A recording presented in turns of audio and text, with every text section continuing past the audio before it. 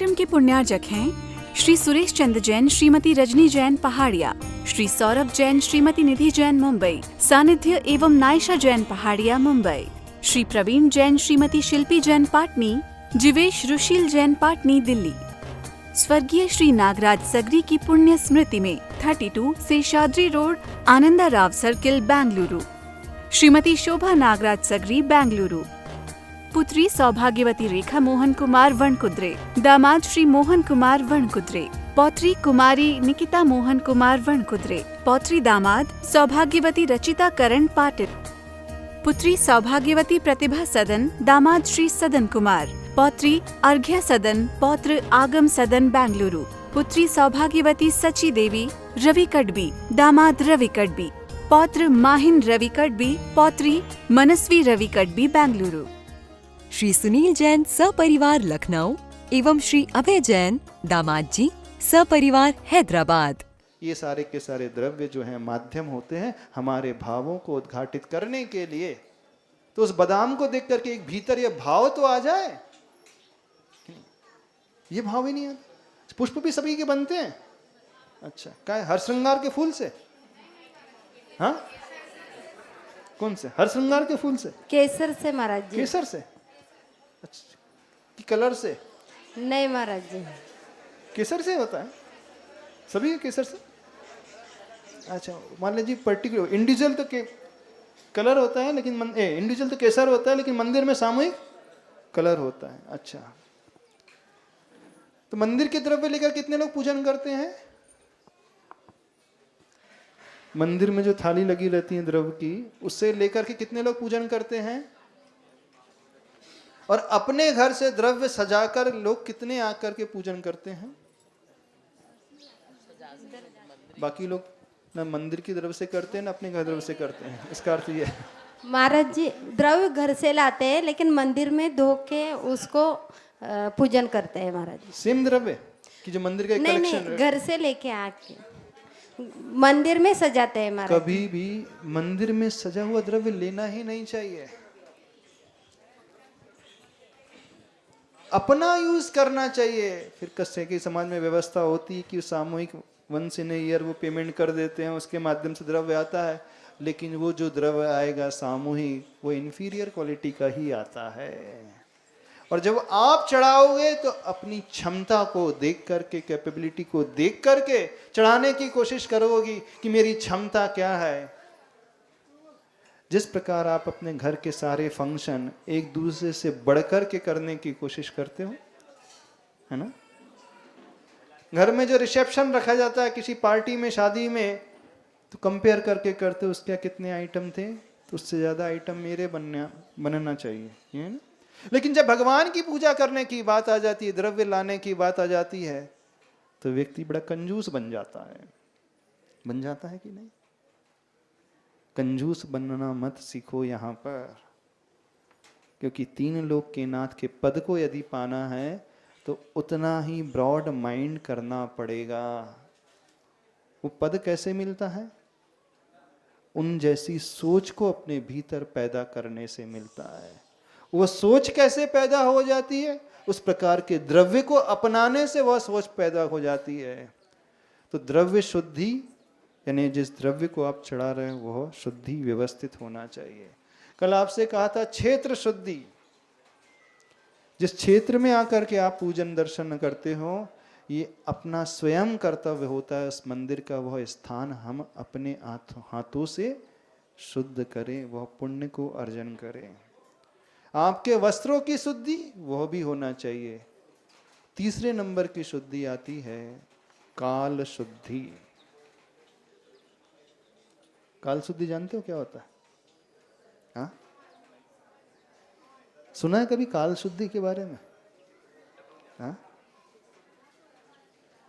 सबसे उत्तम काल कौन सा माना जाता है? सबसे उत्तम काल कौन सा जाता है माना जाता है? मॉर्निंग का, प्रातः काल। जितने प्रातः आकर के भगवान की दर्शन पूजन किया जाएगा, उतना ही ज्यादा लाभ उस व्यक्ति को स्वतः ही मिलता चला जाएगा। बिल्कुल स्वतः ही मिलता चला जाएगा। तो काल एक स्टैंडर्ड बनाना सीखो, उस काल में हम हमेशा आकर के भगवान की पूजा दर्शन आदि अवश्य करेंगे। एक टाइम पीरियड फिक्स करो, उसी पीरियड में आकर के जब व्यक्ति इस प्रकार का काल का नियम ले लेता है, उस नियम लेते ही उसका उसके प्रति समर्पण पैदा हो जाता है। अभी तो आपके पास फ्लेक्सिबिलिटी रहती है,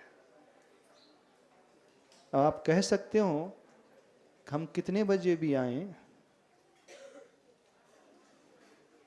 कभी भी आ जाएं, उतना समय तो दे ही रहे, उससे क्या अंतर पड़ता है? नहीं, खड़े होकर माइक से बोलना, उससे क्या अंतर पड़ता है? कितने बजे भी कहीं पर भी कितना भी समय दे दें, कभी भी फ्लेक्सिबल होकर के आ जाए, क्या अंतर पड़ता है?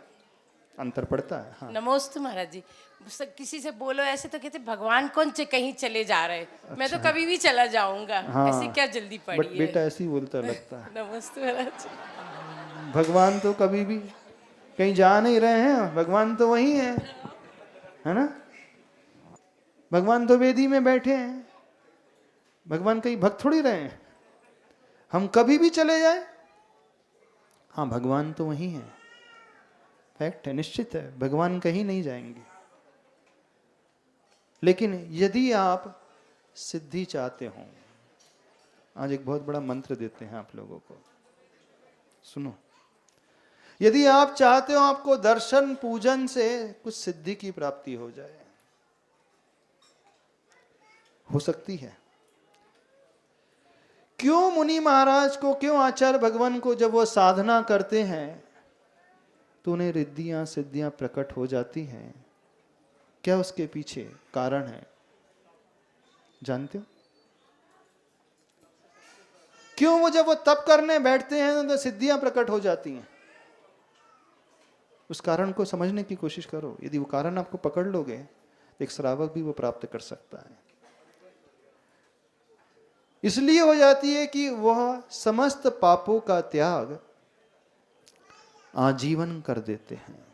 देखना, हमेशा के लिए, हर काल के लिए वे समस्त पापों का त्याग हर क्षेत्र में कर देते हैं। ऐसा नहीं है कि मंदिर में ही पापों का त्याग होगा, बाहर नहीं होगा, नहीं, चाहे मंदिर में हो, चाहे विहार में हो, चाहे किसी नगर में हो, हर क्षेत्र में उनके पापों का त्याग है। उन गुरुओं का पापों का त्याग हर द्रव्य के प्रति है। एक इंद्री की भी हिंसा नहीं, दो इंद्री की भी नहीं, तीन इंद्री की भी नहीं, चार इंद्री की नहीं भी, पंचेंद्री, किसी जीव की हिंसा नहीं। इवन जो नॉन लिविंग ऑब्जेक्ट हैं, जड़ है, अचेतन है, उसका भी वो अपव्यय नहीं करते हैं। अपने व्यवहार से, अपने आचरण से उसको भी कुछ नुकसान ना पहुंचे, इस प्रकार की चर्या करते हैं। यानी जो जितने भी दिगंबर गुरु होते हैं, महान साधक होते हैं, वो हर द्रव्य के प्रति सजग रहते हैं, हर द्रव्य को वो बचाने की कोशिश करते हैं। अपने चरित्र से, अपनी समिति के माध्यम से किसी भी द्रव्य के को आघात ना पहुंचे। पहली चीज, हर क्षेत्र में वो सजग रहते हैं, किसी भी क्षेत्र में किसी भी प्रकार का पाप नहीं करते हैं। तीसरी चीज, हर काल में उनके पाप का त्याग रहता है, चाहे वो दिन का समय हो, चाहे रात्र का समय हो। चौथी चीज, उनके जब भी जो भाव पैदा होते हैं, हर भाव जो है उत्तम भाव होते हैं, व्यवस्थित भाव होते हैं। उन भावों में किसी प्रकार का कषाय का परिणाम नहीं रहता है। इसलिए वे जो भी साधना करते हैं, द्रव्य से, क्षेत्र से, काल से और भाव से। अब श्रावक क्या ऐसा कर सकता है? अब आपसे पूछ रहे हैं, कर सकते हो? नहीं, आप भी सर्टेन एक्सटेंट तक कर सकते हो। यदि कोई श्रावक यह संकल्प ले ले कि पर्टिकुलर द्रव्य को लेकर के मैं किसी प्रकार का पाप नहीं करूंगा, किसी प्रकार की हिंसा नहीं करूंगा, तो वह अनुव्रति होते हुए भी महाव्रति की भांति हो जाता है। सुनना ध्यान से। यदि ये कोई श्रावक ये संकल्प ले ले, नियम ले ले कि जब जब मैं इस क्षेत्र में आऊंगा, इस क्षेत्र में आते ही मैं किसी प्रकार के गलत विचार मन में नहीं लाऊंगा, वचन से किसी प्रकार का गलत शब्द प्रयोग नहीं करूंगा और फिजिकली काय से कुछ गलत आचरण नहीं करूंगा, तो वो एक क्षेत्र निर्धारित कर लेता है। उस क्षेत्र में आते ही वह उस महाव्रती की भांति हो जाएगा। वो एक काल को बांध ले कि इस काल में जब भी मैं रहूंगा, मन वचन काय से कृतकारित अनुमोदना से किसी प्रकार का पाप नहीं करूंगा, और एक भाव का निर्धारण कर ले। एग्जाम्पल आपको देते हैं, सुनो ना। यमपाल चांडल नहीं, उसकी कथा आती है जिसने धीवर की, उसने सिर्फ एक मछली को त्यागा था। पहली मछली मेरे जाल में आएगी, मैं उस मछली को छोड़ दूंगा। था वो धीवर, ध्यान से सुनना, मछुआरा था। धीवर मीन्स मछुआरा था। उसका व्यापार ही, उसका जीवन ही उस मछली को पकड़ने से चलता था। मुनिराज के दर्शन करने के लिए गया, दर्शन करके मुनिराज के उपदेश को सुन करके उसने एक संकल्प ग्रहण कर लिया कि नहीं, मैं जीवन भर तो मछली को नहीं छोड़ सकता हूं। जब मुनिराज ने कहा ऐसा करो, ये तो बड़ी हिंसा होती है, पंचेंद्री जीव है, आप न जाने अपने जीवन में कितनी सारी मछलियों को मार देते हो, ऐसा कर दो, इस मछली के व्यापार को ही छोड़ दो। तो वो कहता है मेरी मजबूरी है, जन्म से मैं यही करते आया हूं, मछलियां पकड़ करके मैं बेच करके अपना घर बार चलाते आया हूं, ये तो मुझसे हो ही नहीं सकेगा। मेरे बस की बात नहीं है कि मैं मछुआरा का व्यापार करना छोड़ दूं, मछलियां पकड़ना छोड़ दूं। तो मुनिराज बड़े करुणा करके कहते हैं अच्छा ऐसा करो, तुम सारी मछलियों को नहीं छोड़ सकते तो मत छोड़ो, इतना तो कर सकते हो कि जो जाल में पहली मछली फंसेगी उसे नहीं मारोगे, उसको जीवन दान दे दोगे, अभय दान दे दोगे। मछुआरा था, हाँ ये तो मैं आसानी से कर सकता हूं, मैं सैकड़ों मछलियां रोज पकड़ता हूं, एक मछली छोड़ दूंगा तो क्या जाएगा। पर नियम है, जो भी मछली पहली आए उसे अभयदान देना है। नियम ले लेता है। और क्या होता है, कथा आप लोगों ने सुनी होगी, पढ़ी होगी। नदी में जाता है, सरोवर में जाता है, जाल फैलाता है और संयोग से उस दिन बड़ी मछली फंस जाती है। दिखता क्या है, मछली एक ही फंसी है, बहुत सारी नहीं आई है, लेकिन आई बड़ी है। जैसे ही ऊपर उठाता है तुरंत उसे नियम ध्यान आ जाता है, मुनिराज से मैंने नियम लिया है, पहली मछली को मैं अभय दान दूंगा, उसका जान, उसकी प्राण नहीं लूंगा। तो वो छोड़ने को हो जाता है, लेकिन तुरंत मन में विकल्प आता है, मैं छोड़ तो दूं, मान लो फिर से वही मछली आ गई तो कैसे पहचानूंगा। एक कपड़ा उसकी पूंछ में बांध करके छोड़ देता है। वो मछली पानी में चले जाती है। अब उसके फिर से जाल फैलाना है, तो बोला मैं जाल कैसे फैलाऊं, क्योंकि यहीं छोड़ा है तो मछली फिर से आगे आ जाएगी। तो क्या करता है, नाव को और आगे लेकर के जाता है, थोड़ी दूरी कवर करता है, वहां जाल फैला देता है, इंतजार करता है, फिर देखता है कुछ देर बाद एक मछली फंस जाती है। और वो भी बड़ी मछली फंसी थी, लेकिन वही पहचान वाली मछली निकल जाती है। अरे ये क्या हुआ आज, वही मछली फिर से फंस गई। लगता है मेरी नियम की परीक्षा हो रही है, नियम की परीक्षा हो रही है। मैंने नियम लिया है कि पहली मछली को जीवन दान दूंगा, फिर से छोड़ देता है। नियम लिया तो पालन तो करूंगा उसे अच्छे से। और बहुत आगे जाता है, बोले अब थोड़ा बहुत लंबा जाकर के मछली पकड़ूंगा ताकि वह मछली नहीं फंसना चाहिए। और संयोग ऐसा होता है तीसरी बार भी वही मछली फंसती है। जब भी कोई नियम लेता है व्यक्ति, परीक्षा तो होती है कि नहीं होती, होती है।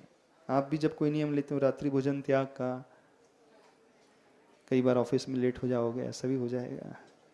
रोज अभिषेक पूजन कर लोगे, हो सकता है ऐसी परिस्थिति निर्मित हो जाए, ना जा पाओ। बस परीक्षा की घड़ी है, वो डिसाइड करती है हमारा कितना समर्पण है। अन्य दिनों में उस नियम को फॉलो करना बड़ा आसान होता है। जिस दिन परीक्षा का क्षण आ रहा, उस दिन हम कैसा कर रहे हैं। आप लोग क्या करते हैं अपने लाइफ में? बस परीक्षा के दिन में छूट ले लेते हो। हाँ, जब नियम लेते हो तो हाँ हमारी रात्रि भोजन त्याग, लेकिन विशेष परिस्थिति की छूट। ये होता है कि नहीं? रोज अभिषेक पूजन करेंगे लेकिन बाहर की छूट। ये होता है ना सबके साथ। बेचारा मछुआरा था, अनपढ़ गंवार था, उसे नहीं पता था। आप लोगों की टेक्निक उसे नहीं पता थी। नहीं पता थी ना इसका, नहीं तो वो भी रख देता है। हाँ पहली मछली, लेकिन वही मछली फंसेगी तो उसका थोड़ा नियम है। मेरा पहली मछली का नियम है। कई लोग होते ना वो भी नियम ले लेते, जो पहला कस्टमर आएगा उसका सारा प्रॉफिट दान में। अब वो लिख करके चला गया और 1 घंटे बाद फिर से लौट करके आ जाए, अब अपनी मनिया बुद्धि लगाओगे, मेरा पहला कस्टमर था वो, अब ये कस्टमर नंबर 2 आ गया है। कैसा होगा आपका गणित, कैसे चलेगा? This is the second one. भले पर्सन सेम है, उससे क्या मतलब, मेरा कस्टमर का नियम है। आप लोगों का नियम कैसा है? कस्टमर नंबर 1 का प्रॉफिट छोड़ना है। ये तो डिफरेंट एंटिटी हो गई। आप क्या बनाओगे? अपना दिमाग लगाओगे, ये डिफरेंट एंटिटी हो गई। As a customer different entity हो गई कि नहीं हुआ? As a person same entity है, लेकिन as a customer second entity हो गई कि नहीं? दिमाग क्या लगाओगे? अभी तो दूसरा कस्टमर आ गया, तो इसका तो प्रॉफिट अपने को रखना ही है। लेकिन वो बेचारा अनपढ़ गंवार था, मछुआरा जो ठहरा। आप लोग जैसे इंटेलिजेंट नहीं था, आप लोग बड़े इंटेलिजेंट हो। रात्रि भोजन त्याग, अभिषेक का नियम, विशेष का परिस्थिति का छूट। हाँ, शहर के बाहर छूट तो सीधे ढाबे में जाते हैं और वहाँ बढ़िया खा पी के आ जाते। बोले ये तो सिटी की लिमिट क्रॉस हो गई है, यहाँ से सिटी बाहर हो गई। अथवा रात का त्याग दो, 12:01 हो गया, न्यू डेट। कैलेंडर चेंज हो गया, डेट चेंज हो गई थी ना, ऐसे होता है कि नहीं? डेट चेंज हो गई है। डेट हमारा ये नियम है ना, पंचम काल के श्रावक हैं, पंचम काल के भक्त हैं, ऐसी छूट लेकर के चलते हैं। लेकिन वो चतुर्थ काल का था बेचारा।